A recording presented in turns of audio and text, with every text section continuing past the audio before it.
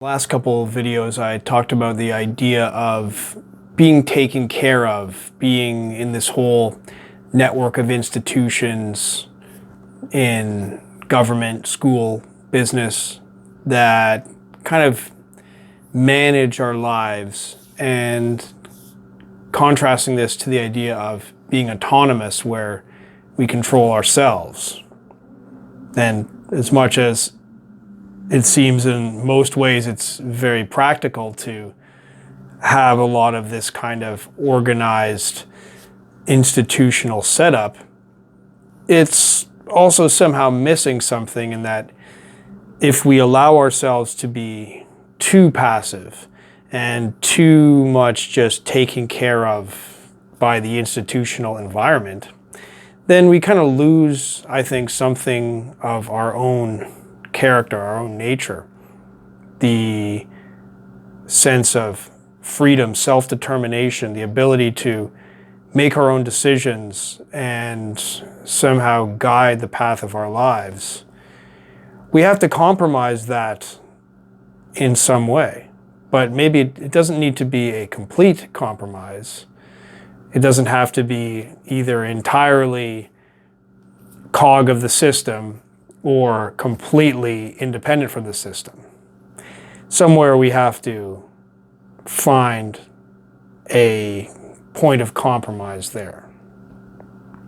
And so one way seems to be to just become aware of how we are directed and controlled and managed and supported by all the institutions that are around us, all the network of different influences around us that shape our lives, and just become aware of them.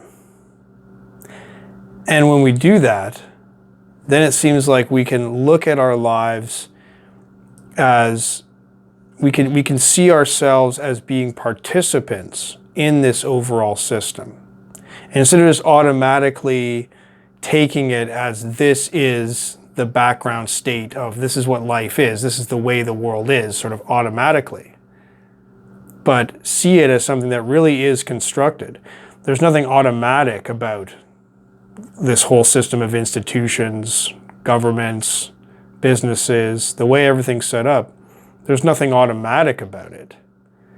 And it's certainly possible to imagine other arrangements, including an arrangement without organization, a state of anarchy, where so maybe imagining this can sort of, it gives it a different kind of frame. Instead of just assuming that these things are there to take care of us for granted, instead we see them as very special arrangements that happen to be the case now.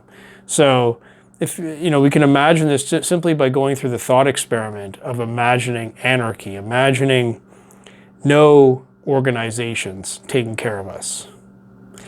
So, imagine no government, and we don't have any obligations to this institution, but we also don't have any of the protections of the institution. So then we would have to be independently defending ourselves. And it seems like the result of that would be people would assemble into essentially gangs, and there would be very chaotic, dangerous conditions.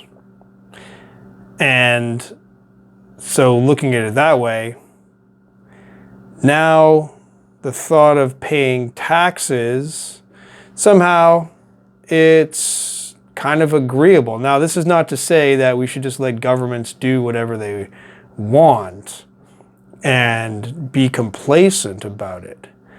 But just seeing alternatives, imagining alternatives to the way things are now, I find often can make me appreciate the advantages of the way things are now. Now, of course, it's also possible to imagine another scenario that somehow is better. But at least we can see that it's not automatic to have anything better. And so the way things are and the way we're set up is, if you imagine taking it all away and then building it back up, so that we imagine life without any of these outside forces, and now bring those outside forces back and think, oh, okay, I'm okay with that. So it can almost reach the point where I can make a conscious decision. I can say, yes, I do choose to be a participant in this system, that I will pay taxes and I'll give some money to this business or whatever. And it's, even though it's not entirely really my choice, just by imagining the possibilities and considering that, yes, I could imagine other ways of being. I could reject the system entirely, but I can then make a conscious decision to choose to do what I do, rather than just assume that it's automatic or that I'm doing it simply for fear of punishment. So this is something that I find helpful, to just feel more of that sense of autonomy, almost like feel like I'm choosing to, participate in this overall system. But I can imagine this could be controversial view that maybe depends on how you feel what the system is and how you fit in it. And so I imagine for some people, this might even have the opposite effect. Imagining the absence of the system just makes it even harder to accept being part of the system.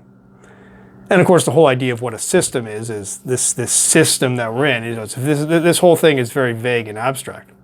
But I would be curious to hear if anybody has a different experience, sort of imagining how things could be different.